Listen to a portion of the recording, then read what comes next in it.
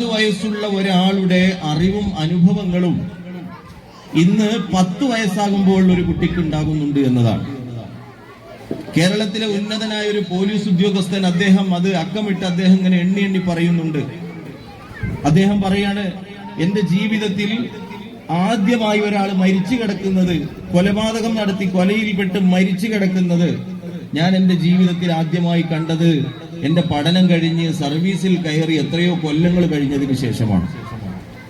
അദ്ദേഹം പറയാണ്, ഇന്ന് നമ്മുടെ കുട്ടികൾ, ചെറിയ മക്കൾ കൊലപാതകം കാണുന്നു. അവരെവിടുന്നാണ് ഇത് കാണുന്നത്? സ്ക്രീനിൽ നിന്നാണ് കാണുന്നത്. നമ്മുടെ കുട്ടിക്കാലത്ത് സ്ക്രീനില്ല. അതുകൊണ്ട് തന്നെ നമ്മൾ പല യാഥാർത്ഥ്യങ്ങളും കാണുന്നത് എത്രയോ കൊല്ലങ്ങൾക്ക് കഴിഞ്ഞതിന് ശേഷമാണെങ്കിൽ ഇന്ന് ചെറിയ പ്രായത്തിൽ തന്നെ കുട്ടികൾ ഇതൊക്കെ കാണുന്നു. അറിഞ്ഞോ അറിയാതെ അവർ കണ്ടുകൊണ്ടിരിക്കുന്നു.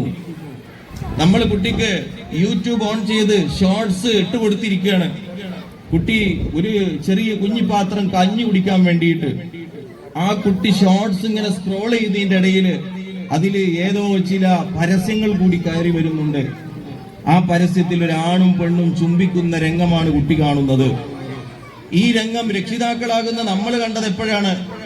നമ്മളെ കല്യാണം കഴിഞ്ഞതിന് ശേഷമാണ്.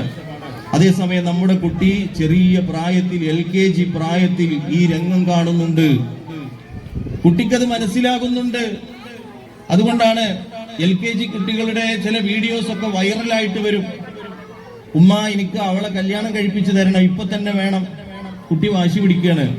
ഇതെങ്ങനെയാണ് കുട്ടിക്ക് കല്യാണം കഴിപ്പിച്ചു തരണം എന്ന് പറയാൻ തോന്നുന്നത്? അതിപ്പോ തന്നെ വേണമെന്ന് പറയാൻ തോന്നുന്നത്? കുട്ടികൾ 40 വയസ്സുവരെ പ്രായമുള്ള ആളുകളുടെ അറിവും അനുഭവങ്ങളും 10 വയസ്സാകുമ്പോഴേക്ക് നേടിയെടുക്കുന്നു എന്ന് പുതിയ കാലത്തെ സൈക്കോളജിസ്റ്റുകൾ നമ്മളെ പഠിപ്പിക്കുന്നു. അപ്പൊ അതുകൊണ്ട് തന്നെ കുട്ടി ചെറുതല്ലേ, കുട്ടിക്ക് ഇതൊന്നും മനസ്സിലാകൂല എന്ന വിചാരം ഗ്രാൻഡ് പാരന്റ്സിനും പാരന്റ്സിനും ഉണ്ടാകണ്ട. അവർക്കിത് മനസ്സിലാകും.